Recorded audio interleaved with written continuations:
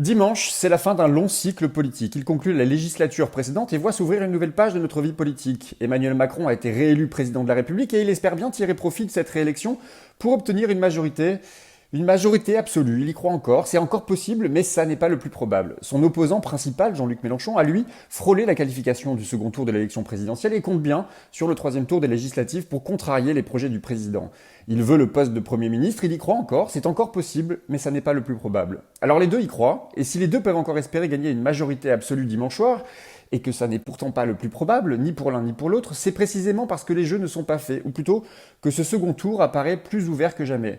L'abstention sera sans doute déterminante, mais elle sera observée avec prudence. Elle peut tout aussi bien être révélatrice d'une démobilisation de l'électorat de droite, dont le candidat a été disqualifié dès le premier tour, comme le fruit d'un découragement de l'électorat de gauche, qui peine à y croire encore. Mélenchon pourrait bénéficier, c'est vrai, d'un report de voix assez important de ceux qu'il appelle les fâchés pas fachos, en tout cas il l'espère, et c'est vrai que dans les sondages, 40% d'entre eux, visiblement, pourraient reporter leur voix sur le leader de la NUP. En réalité, il est surtout possible que les majorités qui se dégagent à l'issue du scrutin, qu'elles soient favorables à la NUP ou à Ensemble, ne soient que des majorités relatives. Alors pas de quoi déclencher une crise institutionnelle, pas même de rendre le pays ingouvernable, comme le laisse entendre Emmanuel Macron dans un scénario dramatique, mais une situation de majorité relative pourrait au contraire redonner des couleurs à la vie parlementaire, de la vitalité au Parlement, comme un souffle nouveau à notre démocratie.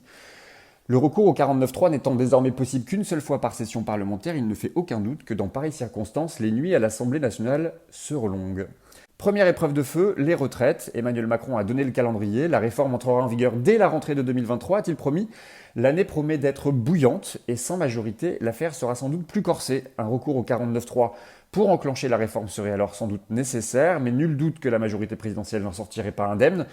Les élections législatives se terminent dimanche. La prochaine élection aura lieu dans 2 ans pour les européennes, mais il se pourrait bien qu'une dissolution intervienne entre-temps. Et si la NUP échoue ce dimanche, elle devra dès lundi prochain se préparer à cette éventualité. Un an, c'est court.